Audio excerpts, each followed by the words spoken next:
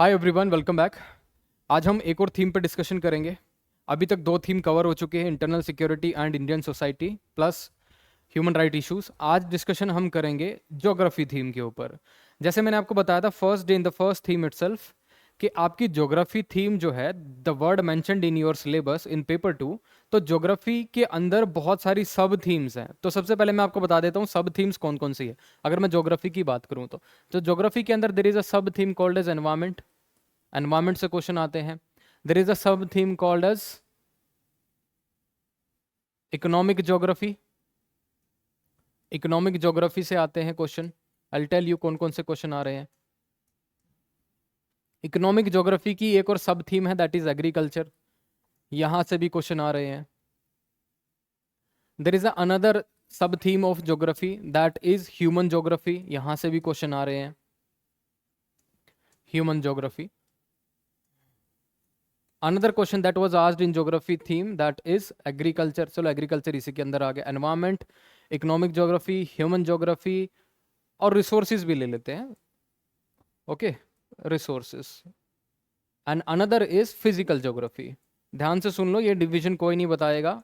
Nobody even knows about it कि geography जो theme दी हुई है, ज्योग्राफी जो वर्ड मेंशन है आपके सीएपीएफ एग्जाम के अंदर, उस ज्योग्राफी वर्ड को कैसे डिकोड किया जाए। ज्योग्राफी वर्ड को डिकोड इस तरह से किया गया है कि एनवायरमेंट से क्वेश्चन आ रहे हैं आपके। Topic like environment pollution, topic like I would से the earth is not for humans only. Although the earth is not for humans only, it also falls under the human geography concept, but also it also can be related to the environment theme. Environment theme से और भी question आते हैं। Is development possible at the cost of environment? Human geography से question आया है, the modern man is alienated from nature. ध्यान से सुन लो, द मॉडर्न मैन। हालांकि आप लोगों ने कभी सोचा भी नहीं होगा ये ऐसे क्वेश्चन आ कैसे रहे हैं, आज बता रहा हूं तो इसको ध्यान से सुन लेना। The modern man is alienated from the nature. कौन सा टॉपिक का क्वेश्चन है? Nobody even knows. आज जब मैंने बता दिया ना, इसके बाद you will witness lot of videos. इसी के ऊपर वीडियो बननी शुरू हो जाएंगी कि ज्योग्राफी को ऐसे डिवाइन करते हैं। ह्यूमन ज्योग्राफी से क्वेश्चन आता है, रिसोर्सेज से क्वेश्चन आता है, फिजिकल ज्योग्राफी से क्वेश्चन आता है, इकोनॉमिक ज्योग्राफी से क्वेश्चन आता है। Idea basically comes from here only, then it dissipated और spread through different channel, through different medium. इतनी सोच ही नहीं है कि इस हिसाब से इन चीज़ों को देखे। This is an original content, this is an original interpretation. ये मेरी इंटरप्रिटेशन है। तो मैं, अगर आपको लगता है गलत हो सकता है तो डू नॉट फॉलो इट। लेकिन मेरी अंडरस्टैंडिंग के हिसाब से ज्योग्राफी को यूपीएससी इस हिसाब से देखता है। ज्योग्राफी को यूपीएससी एनवायरमेंट में डिवाइड करता है, ज्योग्राफी यूपीएससी को इकोनॉमिक ज्योग्राफी में डिवाइड करता है। एग्रीकल्चर सब थीम है इकोनॉमिक ज्योग्राफी की। ह्यूमन ज्योग्राफी में डिवाइड करता है, रिसोर्सेज में, फिजिकल ज्योग्राफी के अंदर। एनवायरमेंट की मैंने बात बताई, एनवायरमेंट से क्वेश्चन आ रहे हैं। The earth is not for human only, is development possible at the cost of environment, right. इस तरह के क्वेश्चन आ रहे हैं। अगर मैं इकोनॉमिक ज्योग्राफी की बात करूं, इकोनॉमिक ज्योग्राफी में that is agriculture theme. Agriculture theme से अगर मैं क्वेश्चन की बात करूं, question came the impact of climate change on agriculture and cropping pattern of India. Economic geography से क्वेश्चन है। Question from agriculture also, the sustainable agriculture is the need of the hour, then rhetorical promises. ध्यान से सुन लो, the sustainable agriculture, the sustainable agriculture is the need of the hour, is the need of the hour, then rhetorical promises। तो ये agriculture से question आया है। Human geography से किस तरह के क्वेश्चन आ रहे हैं? जैसे मैंने बताया, modern man is alienated from the nature. एक क्वेश्चन आपका ह्यूमन ज्योग्राफी से आया है, the earth is not for humans only, ये भी क्वेश्चन आया है। और आपके ह्यूमन ज्योग्राफी से ढेर सारे और भी क्वेश्चन आए हैं, मैं आपको दिखा दूंगा अभी। मैं जब when I open this geography theme, there are multiple questions asked from human geography। तो ह्यूमन ज्योग्राफी आपको पढ़नी है। उसके बाद रिसोर्सेज से क्वेश्चन आ रहा है, वाटर स्कार्सिटी से क्वेश्चन आ रहा है। वाटर स्कार्सिटी से रिपोर्ट राइटिंग के अंदर जनरली ज़्यादा पूछे जाते हैं। अगर मैं आपको बताऊं, water scarcity such as water scarcity and access to drinking water, that question was asked in report writing in the year 2019। और क्वेश्चन रिसोर्सेज से दोबारा आए हैं, इस साल भी आया था, शायद 2023 के अंदर आया था। Question was the depletion in water table level in major cities, ये भी क्वेश्चन आया आपका। तो भाई इनको देखो यार, रिसोर्सेज से क्वेश्चन आ रहे हैं। एक क्वेश्चन और आया था रिपोर्ट राइटिंग में, green energy progress in India, that also a part of resources. वो भी रिसोर्सेज का पार्ट है। तो जनरली रिपोर्ट राइटिंग के अंदर आपके रिसोर्सेज का पार्ट पूछा जा रहा है, भाई उसको ध्यान से समझ लो, रिसोर्सेज प्रिपेयर कर लो, नेक्स्ट टाइम के लिए फॉसिल फ्यूल इंपॉर्टेंट है, राइट। फिजिकल ज्योग्राफी से क्या क्वेश्चन आ रहा है? फिजिकल ज्योग्राफी से क्वेश्चन, अगर आप सोच रहे हो कि अर्थक्वेक के ऊपर आएगा, नहीं आएगा। अगर आप सोच रहे हो फिजिकल ज्योग्राफी से क्वेश्चन आएगा such as I would say fossil fuel के ऊपर क्वेश्चन आ गया, ग्रीन एनर्जी प्रोग्रेस के ऊपर आ गया, इस तरह के क्वेश्चन आएंगे, आ सकते हैं। लेकिन अभी तक आपके एग्जाम के अंदर फिजिकल ज्योग्राफी से क्वेश्चन आया है the cleaning and connecting the rivers in India. The question was, यहाँ पे लिख देता हूँ, the cleaning and connecting the reverse,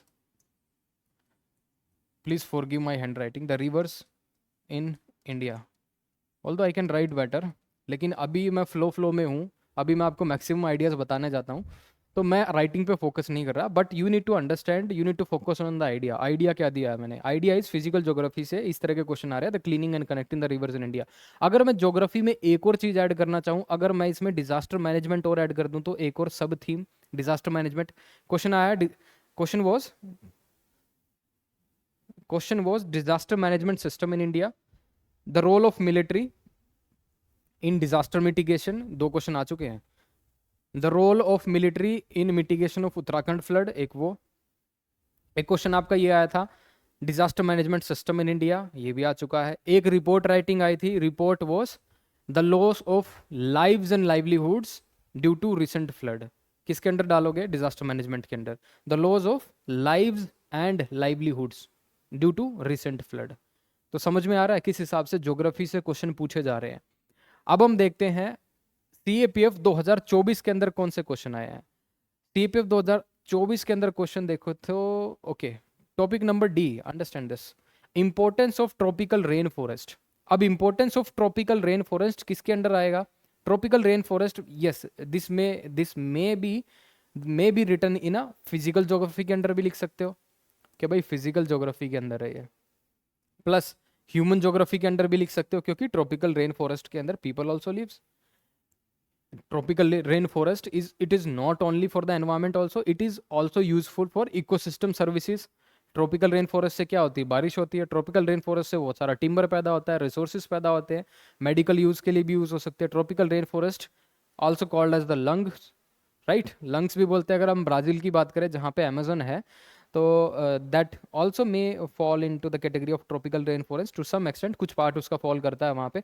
तो इसलिए भाई ये इंपॉर्टेंट है, tropical rain forest can be divided into physical and also in human geography, दोनों का ये पार्ट बन सकता है। It depends upon your understanding of tropical rain forest को किस हिसाब से अप्रोच कर रहे हो, उसकी इंपॉर्टेंस फॉर ह्यूमंस, इसकी importance for collectively for human race, इसकी इंपॉर्टेंस फॉर गवर्नमेंट, कि गवर्नमेंट इसके रिसोर्स कैसे एक्सट्रैक्ट कर सकते हैं, इसकी importance for tribal population for their और लाइवलीहुड, जो उनका लिविंग स्टाइल है, जल जमीन जंगल, ट्राइबल वे ऑफ लिविंग, क्या उस हिसाब से ट्रॉपिकल रेन फॉरेस्ट इंपॉर्टेंट है। तो अंडरस्टैंड दिस, इस हिसाब से आपको क्या करना पड़ेगा, इसको अप्रोच करना पड़ेगा। So that was the only question comes from the geography theme और environment theme in CAPF 2024.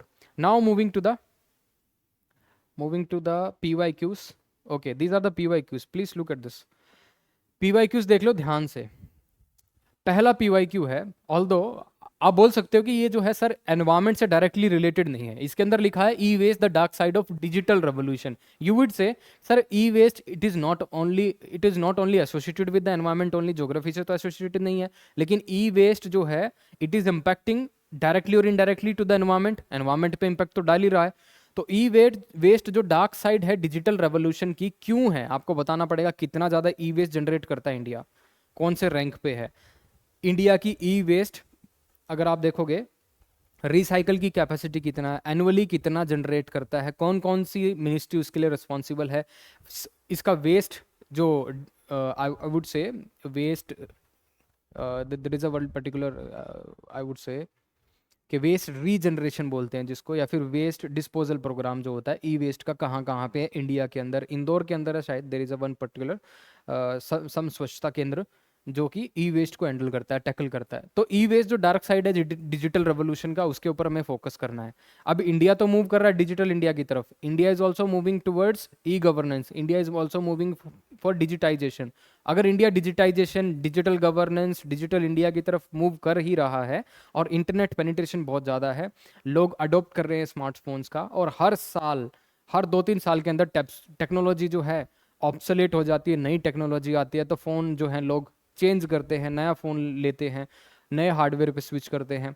So in this scenario we are witnessing a lot of E waste generation. वो ई वेस्ट जनरेशन की अगर हमें उसको recycle करना है, क्या India के पास उतनी कैपेसिटी है? अगर कैपेसिटी नहीं है, सपोज इन केस कोई इसको रिसाइकल कर रहा है, क्या वो रिसाइकल जो है सही तरीके से कर रहा है? क्या रिसाइकल जो है उसके सारे एनवायरमेंटल्स जो नॉर्म्स हैं फॉलो किए गए हैं? हैजार्डस जो नॉर्म्स है सारे फॉलो किए गए हैं, नहीं किए हैं? सेफ्टी गियर्स जो भी लोग वहाँ पे काम कर रहे हैं उसको रिसाइकिल करने में, क्या उनको दिए गए हैं, नहीं दिए गए हैं? Right, all the norms are followed और नॉट। इसीलिए हम देख रहे हैं कि ई वेस्ट जो है इससे बहुत सारी प्रॉब्लम्स भी हो रही है। डार्क साइड के अंदर हम लिखेंगे it is impacting the environment. First of all environment पे इम्पैक्ट कर रहा है। Second thing is it is impacting the humans health, health पे भी ये इम्पैक्ट कर रहा है। जो भी लोग इससे एसोसिएटेड हैं, जो रिसाइकलिंग प्लांट के अंदर इन्वॉल्व हैं ई वेस्ट के अंदर, उनकी हेल्थ पे इफेक्ट हो रहा है। जैसे एक एग्जांपल ले लीजिए, example was Minamata disease. Minamata disease, Minamata कहाँ पे है? जापान के अंदर। मीनामाटा क्यों होती है? मरकरी की प्रेजेंस से। ठीक है, आर्सेनिक की प्रेजेंस से भी प्रॉब्लम होती है। वेस्ट बंगाल बेल्ट में देखोगे, बिहार बेल्ट के अंदर देखोगे, वहाँ पे पानी में आर्सेनिक की प्रेजेंस बहुत ज़्यादा है, क्योंकि वहाँ पे माइनिंग होती है, वहाँ पे बहुत सारी चीज़ें होती हैं। ओके, तो आर्सेनिक भी मिलता है, तो आपकी जो हड्डियों में बहुत ज़्यादा वो प्रॉब्लम क्रिएट कर सकता है। तो इसीलिए मीनामाटा जो डिजीज़ है due to presence of mercury, ये हमारी हेल्थ पे भी इम्पैक्ट डालता है। And at the same time arsenic और हैवी मेटल की प्रेजेंस से भी ह्यूमंस की हेल्थ जो है डिट्यूरेट होती है। तो E waste the dark side of digital revolution, एक एस्पेक्ट आपको ये डालना है, और भी एस्पेक्ट इसमें डाल सकते हो। Okay, culture of consumerism, e waste, बहुत सारी चीज़ें। तो ई वेस्ट हमारा थोड़ा थोड़ा हो गया। Now coming to the another topic, that is the campaign to save the endangered species. भाई campaign to save the endangered species, although ये आपका एनवायरमेंट से रिलेटेड है। एनवायरमेंट से you can write in, I would say human geography का part इसको बना सकते हो। ओके, ह्यूमन ज्योग्राफी का पार्ट प्लस एनालिटिकल एबिलिटी का पार्ट इसको बना सकते हो। लेकिन campaign to save the endangered species, ये क्वेश्चन पूछने के पीछे रीजन क्या है? बिकॉज इन 2022, नॉट इन 2022 लेकिन before 2022 also there was a program जो पहले से चल रहा था, चीता ट्रांसलोकेशन प्रोग्राम। लेकिन 2021 और 20 के अंदर आके गवर्नमेंट जो है उसको फाइनली अप्रूवल दे देती है, और वो ट्रांसलोकेशन हो जाती है चीतास की। उससे पहले अगर हम देखें तो और भी कैंपेन हमने चलाई थी to save the endangered species. Great Indian bustard है इंडिया के अंदर, राजस्थान के अंदर ये पक्षी मिलता है, great Indian bustard. Okay, IUCN red list के अंदर इसका क्या स्टेटस है वो मुझे बताइएगा। इंडिया का वाइल्ड लाइफ प्रोटेक्शन एक्ट के अंदर कौन से शेड्यूल के अंदर है ये भी मुझे बताइएगा। और ग्रेट इंडियन बस्टर्ड को लेके है इंडिया के अंदर, आपने देखा होगा प्रोजेक्ट एलिफेंट भी चला था, कब? ईयर मुझे बताइएगा, प्रोजेक्ट एलिफेंट कब शुरुआत हुआ था? इसके बाद अगर हम देखिए प्रोजेक्ट चीता देखें तो, प्रोजेक्ट चीता छोड़ो, project tiger is there, project elephant is there. Project tiger का मुझे ईयर बताइए। Project crocodile was also there. Okay, project crocodile भी था। ऐसे ढेर सारे प्रोजेक्ट है, ऐसी ढेर सारी कैंपेनिंग हमने की है to save the endangered species. Okay, शहरों के अंदर एक छोटी सी चिड़िया होती थी जिसको हम गोरिया बोलते थे, वो अब जो है एक्सटिंक्शन लेवल पे जा चुकी है, अब वो हमें नहीं दिखाई देती। रीज़न बोल रहे हैं कि जो इलेक्ट्रॉनिक टावर्स लग गए हैं, हमारे कम्युनिकेशन टावर्स लग गए हैं, शायद इसकी वजह से, इनके प्रेजेंस से वो जो उस बर्ड की पॉपुलेशन जो है बिल्कुल ख़त्म हो चुकी है, इट इज़ नियर एक्सटिंक्शन। और भी एंडेंजर्ड स्पीसीज़ की बात करें तो आपने देखा होगा अफ्रीका के अंदर कौन सी वो कंट्री है जिसमें white rhinoceros, white one horn rhinoceros, किसके अंदर? अफ्रीका के अंदर एक कंट्री थी, I think I am not able to recall that particular name of the country, जहाँ पे अभी अभी एक्सटिंक्ट हुआ था एक last remaining white rhinoceros. Right, तो उसके लिए क्या कैंपेन बनाई? उसका DNA हमने स्टोर कर लिया है, उसके जीन्स हमने स्टोर कर लिए हैं। Maybe with the advancement in biotechnology we will be able to create this white rhinoceros again. जैसे आपने जुरासिक पार्क देखी होगी, जुरासिक पार्क में जो ब्लड का सैंपल होता है सपोज डायनासोरस का, वो हमें कहीं पे मिल गया तो हम उसको दोबारा से क्या कर सकते हैं? रीजनरेट कर सकते हैं, पूरी DNA साइकिल डायनासोर्स की मिल सकती है हमें उससे। नेक्स्ट जो टॉपिक है that is green energy progress in India. Although it is not directly related to the your environment theme, but इसको आप डाल तो सकते हो भाई ज्योग्राफी के अंदर, green energy progress in India, क्योंकि ये ना तो सिर्फ इकोनॉमी का क्वेश्चन है, it is somehow related to the resources plus also geography. तो ग्रीन एनर्जी प्रोग्रेस इसके अंदर कौन सी टेक्नोलॉजी अडॉप्ट हुई है, इंडिया अभी किस स्टेटस पे है, करंटली इंडिया के अंदर एनर्जी जनरेशन कैपेसिटी कितनी परसेंट हम ग्रीन एनर्जी से अटेन कर पाए हैं, इंडिया का क्या गोल है कि हम 2030 तक कितनी percentage of generation this electricity generating capacity हम नॉन फॉसिल फ्यूल से जनरेट कर पाएंगे। हमारा एम है 50% तक हमें करनी है 2030 तक नॉन फॉसिल फ्यूल से।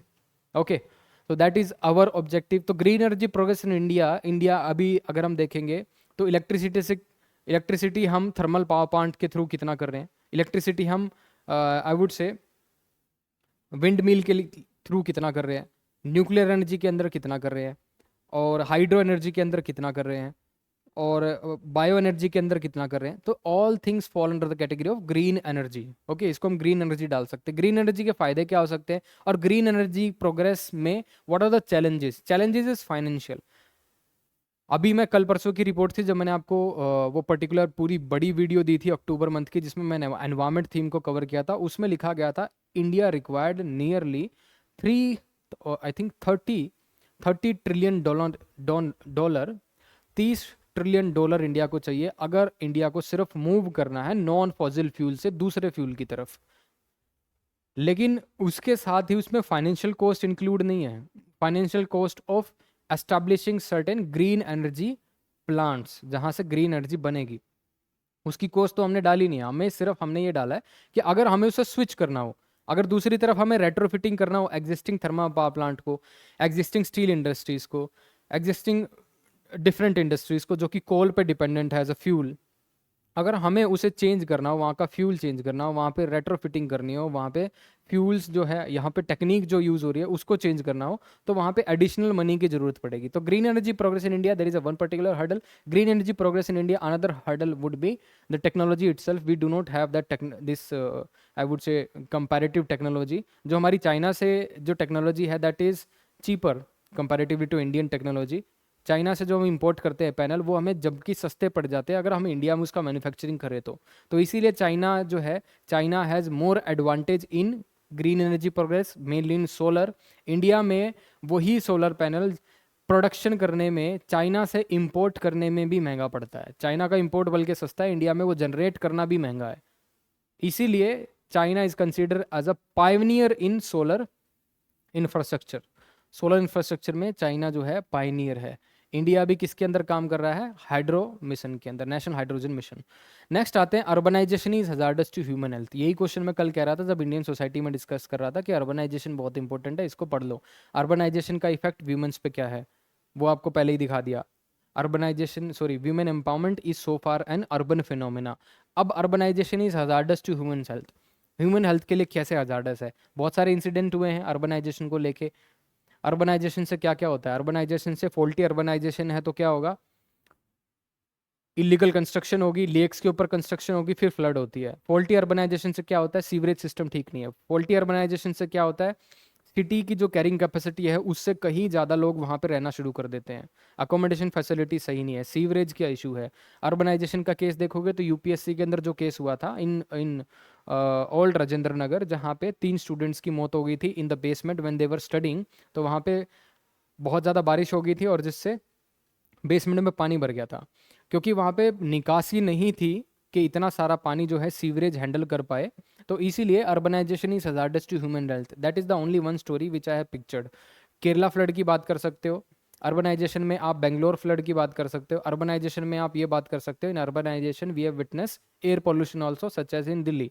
ओके, मुंबई के अंदर last year winters also there was a fog in the Mumbai के अंदर फॉग था। क्यों था, due to construction related activities. तो urbanization, how urbanization is hazardous to human health, you can write volumes about it कि क्या क्या इश्यूज हैं। You can talk about sanitation condition. Delhi के अंदर जब आप एंट्री करते हो near Badarpur, you have witnessed a lot of garbage is accumulated. इतना बड़ा पहाड़ बन चुका है, कुतुब मीनार से उसकी ज़्यादा हाइट हो चुकी है। तो supreme court has also commented on it. तो urbanization, sanitation, waste disposal is not there, waste management program is not there. पानी की बहुत इशू रहती है, कहाँ कहाँ पे? बेंगलोर के अंदर लोग लाइनों में लगे रहते हैं, दिल्ली के अंदर लोग लाइनों में लगे रहते हैं, शिमला के अंदर अगर आप देखोगे ओवर क्राउडिंग हो चुका है। विंटर्स, ये सॉरी समर्स के अंदर गवर्नमेंट, शिमला गवर्नमेंट खुद बोलती है प्लीज़ मत आइए टूरिस्ट यहाँ पे, हम आपको एकोमोडेट नहीं कर सकते, बिकॉज शिमला की एक कैरिंग कैपेसिटी है, उससे ज़्यादा वो नहीं कैरी कर सकती। अगर वहाँ पे ज़्यादा टूरिस्ट लोग जाते हैं, पानी की कमी हो जाती है उस एरिया के अंदर। इसीलिए urbanization is hazardous to human health. Human health यहाँ पे सिर्फ फिजिकली नहीं है, ह्यूमन हेल्थ यहाँ पे मेंटल भी है, मेंटल हेल्थ।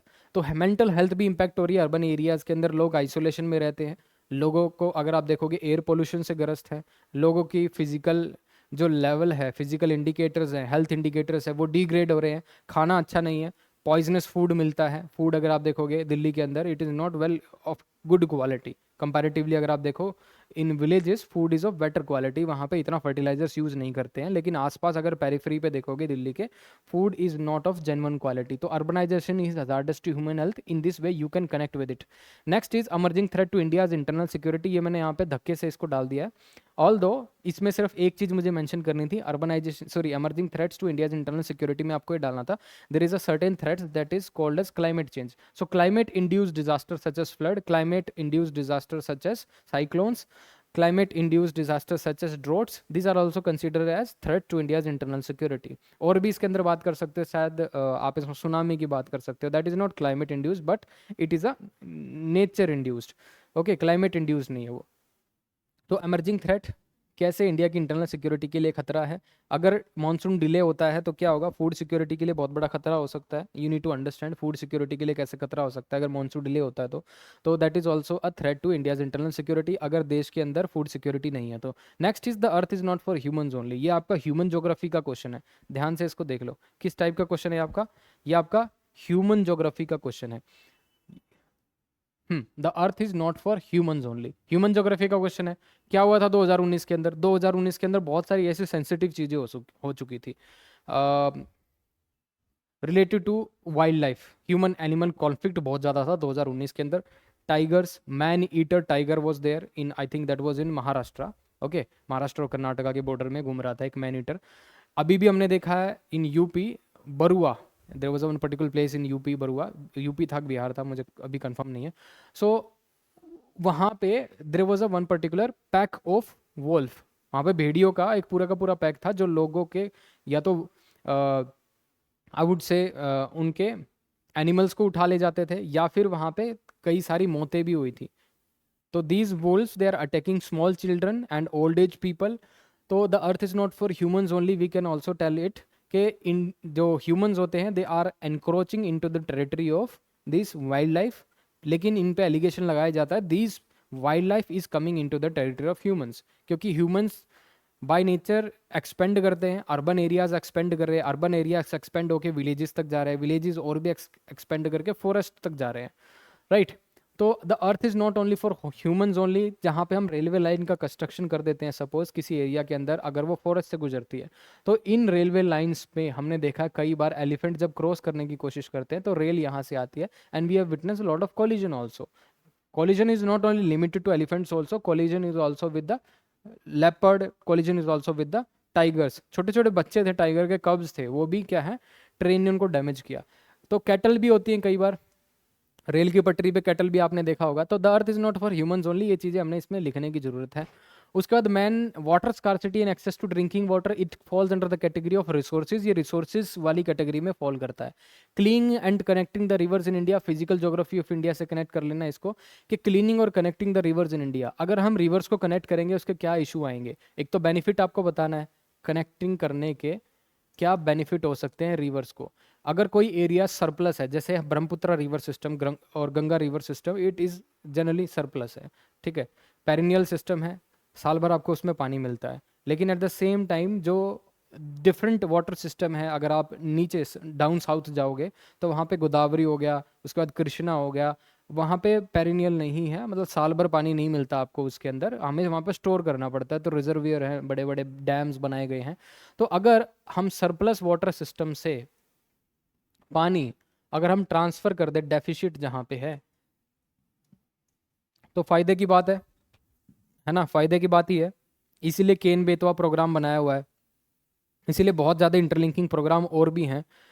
लेकिन इसमें हमें ये समझने की ज़रूरत है, जब हम इंटर कनेक्शन करते हैं या फिर इंटरलिंकिंग करते हैं तो उसमें एक हमारे सामने एक बहुत बड़ा चैलेंज आता है कि सबमर्जेंस होता है लैंड का। ज़मीन जो है पानी के अंडर जो है दब जाती है, और वहाँ पे वाइल्ड लाइफ के लिए वो जो एरिया होता है वो एक्सेसिबल नहीं रहता। वाइल्ड लाइफ को डिसलोकेट करना पड़ता है, लोगों को गांव के गांव खाली करने पड़ते हैं, रिहैबिलिटेट करना पड़ता है, प्लान करना पड़ता है। बहुत सारी बोलोगे वेजिटेशन जो है, जंगल के जंगल जो है सबमर्ज हो जाते हैं पानी के अंदर। उससे क्या होता है, फिर वो जंगल जब सड़ते हैं गलते हैं, वहाँ से ग्रीन हाउस गैस की एमिशंस होती हैं, तो क्लाइमेट चेंज का भी खतरा हमारे सामने है। ओके, तो cleaning and connecting the rivers in India, सिर्फ मैंने आपको एक पिक्चर दिखाई है। क्लीनिंग में डाल सकते हो, अभी यमुना के अंदर छठ पूजा थी, लोग वहाँ पे आई सो अ वीडियो ए रील जहाँ पे एक लेडीज जो है उस झाग से अपने बाल धो रही थी, उनको लग रहा था शायद ये शैम्पू है। So cleaning and connecting the rivers in India, Yamuna की क्या हालत है, गंगा का क्लीनिंग मिशन जो है उसका क्या स्टेटस है, और कौन सी पर्टिकुलर नदी को हमने एक ह्यूमन एंटिटी, एक लिविंग एंटिटी माना है, कौन से हाई कोर्ट ने उसको जो है डेजिग्नेट किया एज अ लिविंग आइडेंटिटी। सो सुंदरलाल भागुना जी जो पहले बहुत बड़े क्रूसेडर थे किसके, गंगा को रिस्टोर करने में और क्लीनिंग करने में, तो सुंदरलाल भागुना जी जो इनका रिसेंटली निधन हुआ था 2 साल पहले, तो जब पता होगा आपको अगर उन फेमस पर्सनालिटी के नाम। उसके बाद आता है next question, environmental pollution. Environmental pollution 2017 के अंदर ये पर्टिकुलर क्वेश्चन आ चुका है, 2017 के अंदर। तो एनवायरमेंटल पोल्यूशन में it was related to the more of Delhi के अंदर जो हो रहा है, दिल्ली के अंदर उस टाइम पे बहुत ज़्यादा था, 17 18 19 के अंदर Delhi pollution due to stubble burning बहुत ज़्यादा आतंक था उस टाइम पे। तो ये क्वेश्चन जब पूछा था। Another question is development possible at the cost of environment, 2016 के अंदर ये क्वेश्चन पूछा है। लास्ट में क्वेश्चन मार्क है इसके, एग्जामिनर चाहता है आपसे डिबेट कराना इस पर्टिकुलर टॉपिक पे। Examiner itself is not clear कि डेवलपमेंट कॉस्ट ऑफ एनवायरमेंट हो सकती है नहीं हो सकती, लेकिन एग्जामिनर आपके व्यूज जानना चाहता है। क्या डेवलपमेंट हो सकती है at the cost of environment, you need to give your opinion. अगर आप मानते हो कि डेवलपमेंट नहीं हो सकती at the cost of environment, you need to give your supporting argument. बहुत सारी चीज़ इसके अंदर लिख सकते हो। There are lot of case studies. Char Dham यात्रा रोड जो था उसको वाइडर करने का प्रोजेक्ट था, मिनिस्ट्री ऑफ डिफेंस चाहती थी उसको वाइडर कर दे, लेकिन मिनिस्ट्री ऑफ एनवायरमेंट कहती थी स्लो फेलियर के चांसेस है, पहाड़ ढह जाएंगे। लेकिन उसके अंदर एक एथिकल डायलेमा ये थी कि national security is more important और environment is more important, but supreme court in the end recommended there is a requirement of a delicate balance. National security needs भी फुलफिल होनी चाहिए, at the same times environmental needs भी हमें क्या करनी पड़ेगी, fulfil करनी पड़ेगी। तो is development possible at the cost of environment, you can talk a volume about it, a length about this particular topic. आप बोल सकते हो हम इंफ्रास्ट्रक्चर डेवलप करते हैं बॉर्डर एरियाज में, रिमोट एरियाज में, डैम का कंस्ट्रक्शन करते हैं। There was a dam bust in Chamoli district of Uttarakhand. Chamoli district में जो डैम बस्ट हो गया था, वो लिख सकते हो आप, वहाँ पे माइक्रो टेम्परेचर चेंज हो चुका था उस डिस्ट्रिक्ट के अंदर। तो क्या हुआ, ग्लेशियर जो है रिसीड कर गए, glacier lake outburst flood induce थी वहाँ पे। सिक्किम के अंदर भी ग्लेशियर लेक आउटबर्स्ट फ्लड थी। तो ये डाल सकते हो आप। उत्तराखंड के अंदर was also there was a cloud burst was there in 2011 में था शायद वो, if I am not wrong. तो वहाँ पे भी ये इशू था। Is development possible at the cost of environment, बहुत सारी चीज़ें आप लिख सकते हो इसके अंदर। There is no, I would say, dearth of material you will find. तो रिवर्स में या फिर फ्लड प्लेन्स में हम कंस्ट्रक्शन कर देते हैं, होटल इंडस्ट्री का, किसी भी चीज़ का। पहाड़ों में हम होटल्स बना देते हैं, लेकिन गवर्नमेंट बाद में क्या बोलती है, when NGT come into the picture या फिर environment ministry come into the picture, फिर उसका डिमोलिशन होता है। तो इस development possible at the cost of environment, ये रहा। रिसीडिंग ग्लेशियर के बारे में लिख सकते हो। ओके, रिसीडिंग ग्लेशियर होने से क्या फ़ायदे हैं, क्या नुकसान है। फ़ायदा तो एक होगा, आपको रिवर्स में पानी आपको खूब मिलेगा। लेकिन जब टाइम होगा, सपोज आपको जो रिसीडिंग ग्लेशियर होंगे समर्स में पानी मिलेगा, लेकिन विंटर्स में पानी आपको नहीं मिलेगा, तो that would be an issue. Okay, लेकिन over a period of time अगर रिसीडिंग ग्लेशियर बहुत लंबे टाइम से रिसीड कर रहे हैं, तो हिमालयस के अंदर पूरी इकोसिस्टम जो है वो चेंज हो सकता है, इम्पैक्ट आ सकता है। और जो नीचे एरियाज हैं दे मे फेस सर्टेन फ्लड्स, और अगर उन रिवर्स के अंदर इन फ्यूचर पानी ही नहीं मिलता, तो वहाँ पे पूरा का पूरा इकोलॉजी, पूरे के पूरे इकोसिस्टम, गांव के गांव खाली हो सकते हैं, बहुत सारा डिस्टर्बेंस हो सकते हैं। रिसीडिंग ग्लेशियर में ये एग्जांपल लिखेंगे। Next is impact of climate change on agriculture and cropping pattern India. Climate change से एग्रीकल्चर और क्रॉपिंग पैटर्न ऑफ इंडिया के ऊपर क्या इम्पैक्ट पड़ेगा। तो अगर मैं इम्पैक्ट की बात करूँ, देर आर सर्टेन थिंग्स। अगर बारिश टाइम पे नहीं होती है तो क्या होगा, सोइंग सीजन जो है, जिस हिसाब से हमें पानी चाहिए था वो नहीं मिलेगा, production will decrease. Production decrease होगी तो क्या होगी, that will create certain pressure in our economy, शायद प्राइसेस इंक्रीज हो जाएं, डिमांड ज़्यादा हो सप्लाई कम हो, प्राइसेस में increase, inflation will come and there will be a lot of cases of poverty, hunger related death, starvation. अगर फिर government को सपोर्ट करना पड़ेगा, गवर्नमेंट को इंपोर्ट करना पड़ेगा अनाज, तो गवर्नमेंट का डेफिसिट बढ़ सकता है, तो physical deficit would be there, that is there. तो impact of climate change, that is the one part. Impact of climate change अगर हम देखें, इफ टेम्परेचर इज इंक्रीजिंग, 2022 के अंदर क्या हुआ था, there was a heat wave, early setup of summers. तो अगर जनवरी फरवरी के अंदर ही, शायद उस टाइम फरवरी के अंदर ही, मार्च के अंदर ही, we witnessed in March heat wave to some extent. और ये जो प्राइम टाइम होता है जब हीट की जो क्रॉप होती है वो ज़्यादा यील्ड पैदा करती है, उस टाइम पे हीट का जो, वीट का जो ग्रेन होता है, that particular grain gain some weight. अगर उस टाइम पे उसको हीट मिल जाए तो वो जो है वेट गेन नहीं करता, तो यहाँ पे यील्ड कम हो जाती है due too early setup of summers. एक तो ये इम्पैक्ट डाल सकते हैं उसके अंदर। Impact of climate change in agriculture and copy pattern in India, एक ये है कि सपोज फ्रीक्वेंट ड्रॉट होते हैं, अगर फ्रीक्वेंट ड्रॉट होंगे तो एग्रीकल्चर फेलियर के चांसेस होंगे, ये भी डाल सकते हो। सो अगर अनटाइमली रेन हो जाती है, सपोज हार्वेस्टिंग का टाइम हो और रेन हो जाए, तो टोटल लॉस हो सकता है किसी भी क्रॉप का। तो ये हो सकता है climate impact of climate change on agriculture and cropping pattern India. Cropping pattern of India का मतलब है जिस एरिया के अंदर एग्रो क्लाइमेटिक जोन के हिसाब से, ध्यान से सुन लो ये वर्ड, एग्रो क्लाइमेटिक जोन्स, कोई भी खेती हम करते हैं वो एग्रो क्लाइमेटिक जोन के हिसाब से करते हैं। जैसे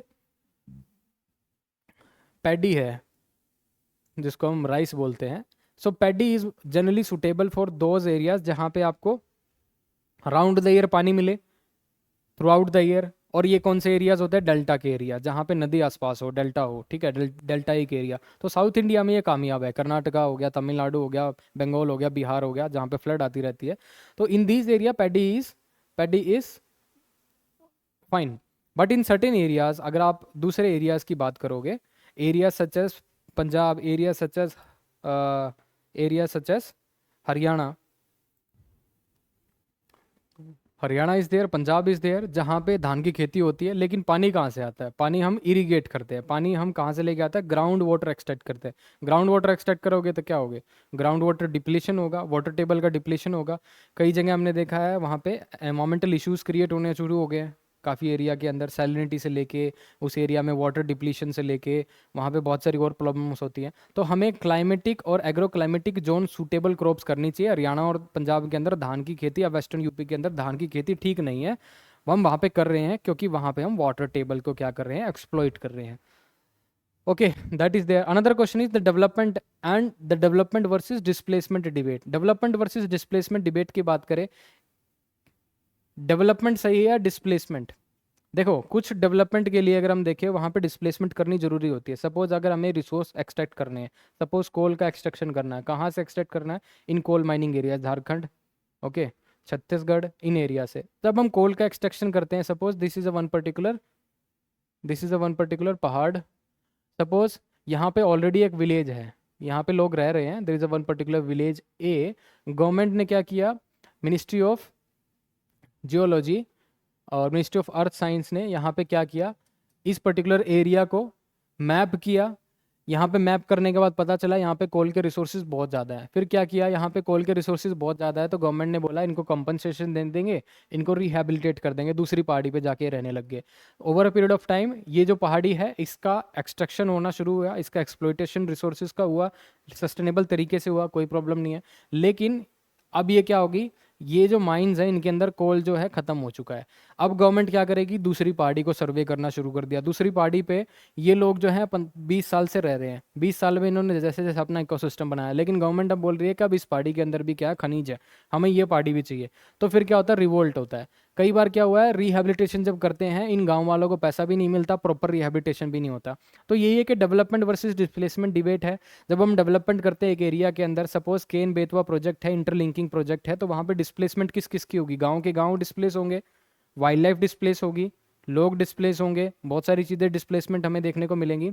so this is a one particular thing of development versus displacement debate. ये एक एस्पेक्ट है, दुनिया भर की इसमें चीज़ें डिस्कस कर सकता हूँ, लेकिन not here, I will give you just glance कि इस तरह के क्वेश्चंस आप लिख सकते हो।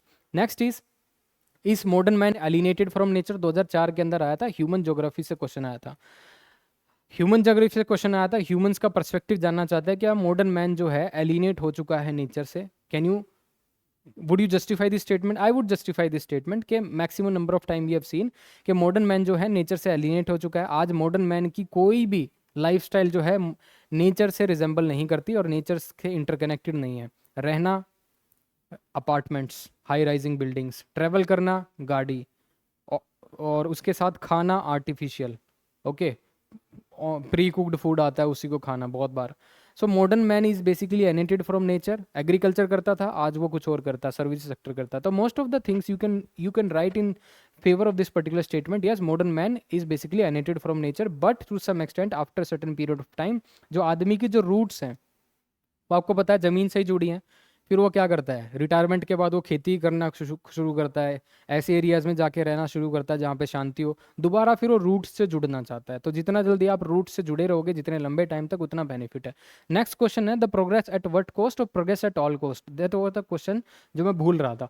प्रोग्रेस एट व्हाट कॉस्ट और प्रोग्रेस एट ऑल कॉस्ट 2004 के अंदर ये क्वेश्चन आया है सीपीएफ के अंदर। क्या प्रोग्रेस छोटी किसी कीमत अदा करके ही हम अटेन कर सकते हैं कुछ डेवलपमेंट, या फिर प्रोग्रेस किसी भी कीमत पर? जैसे वो क्वेश्चन मैंने आपको बताया था, जो डिबेट मैंने आपको बताई थी कि मिनिस्ट्री ऑफ डिफेंस चाहती थी कि 4 धाम यात्रा वाला जो रोड है वो 3.5 से 4 मीटर तक हो जाए, लेकिन मिनिस्ट्री ऑफ एनवायरनमेंट बोल रही थी अगर आप उसको रोड को वाइड करते हो तो स्लो फेलियर के चांसेस हैं, पहाड़ पूरा ढह जाएगा। ये केस गया सुप्रीम कोर्ट के अंदर। सुप्रीम कोर्ट ने बोला डेलिकेट बैलेंस बनाने की जरूरत है, प्रोग्रेस बिल्कुल करो because due to national security reasons हमें बॉर्डर्स पे फास्ट इंफ्रास्ट्रक्चर पहुंचाने की जरूरत है, लॉजिस्टिक सपोर्ट पहुंचाने की जरूरत है इन एनी केस ऑफ इवेंचुअलिटीज। लेकिन सुप्रीम कोर्ट ने यह भी बोला कि हमें अपने एनवायरमेंटल जो कंसर्न्स हैं उनको भी देखना चाहिए। तो आप जो है इसको 1 मीटर ना बढ़ा के आप 0.25 मीटर्स बढ़ा के इसको काम चला सकते हो, इतना वाइडन आप कर सकते हो road. Okay, so progress at what cost और प्रोग्रेस एट ऑल कॉस्ट, सिर्फ एक ही एग्जांपल मैंने दिया है, 100 of examples you can give there. Narmada Bachao Andolan was there. Okay, progress at what cost और progress at all cost you can say interlinking of river you can write here, उसके साथ dam construction you can write here. तो बहुत सारी चीज़ें इसके अंदर क्या कर सकते हो, आप लिख सकते हो। अब सीएपीएफ के अंदर तो यही क्वेश्चन आए थे, अब हम देखते हैं सीएसएफ एलडीसी के अंदर कौन कौन से क्वेश्चन आए हैं। इन क्वेश्चंस को भी देख लेते हैं। सीएसएफ एसी एलडीसी के 6 क्वेश्चन अभी तक आए हैं और 6 के 6 इंपॉर्टेंट है my dear.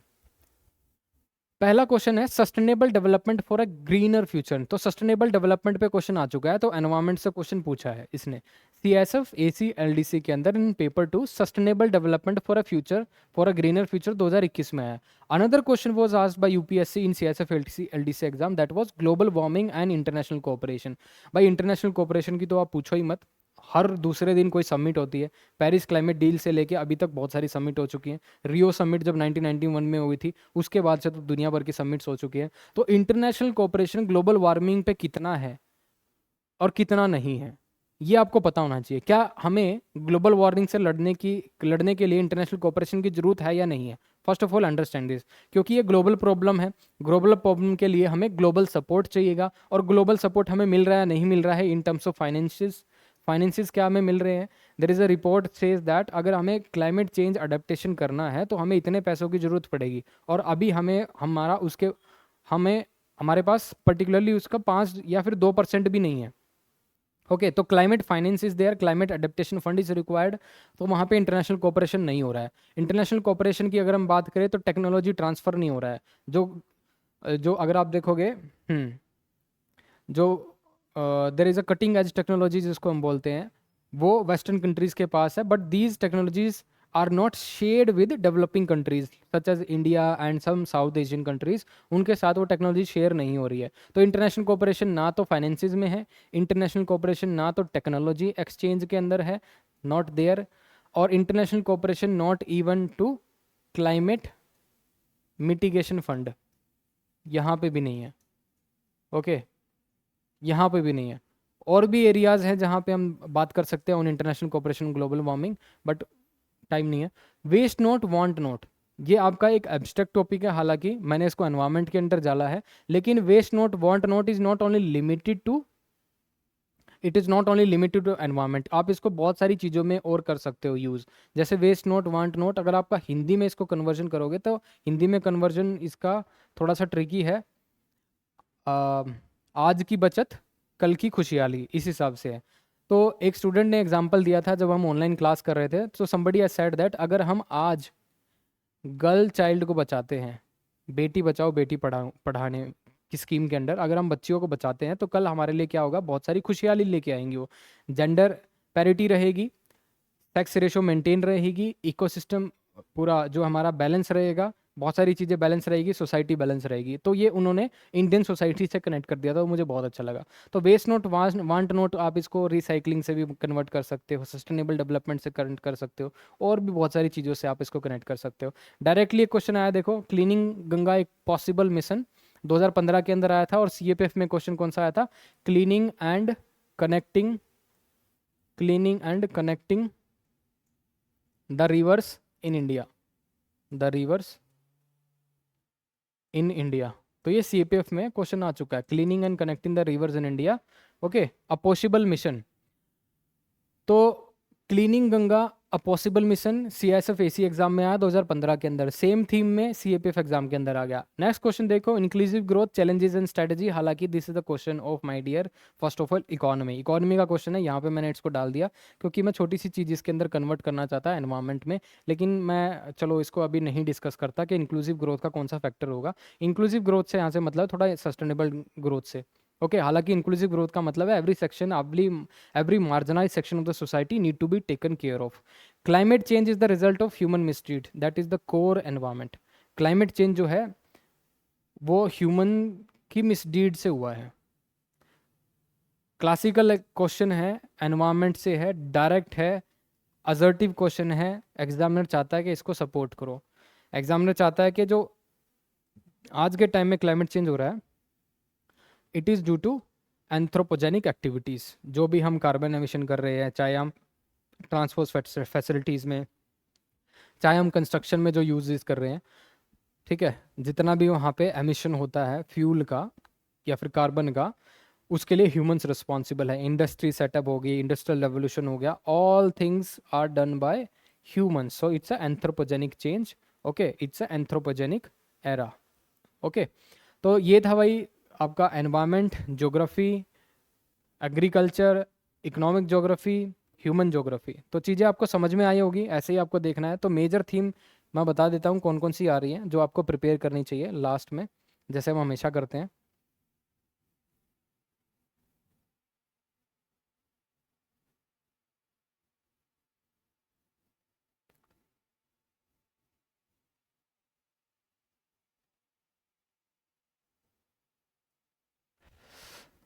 So major themes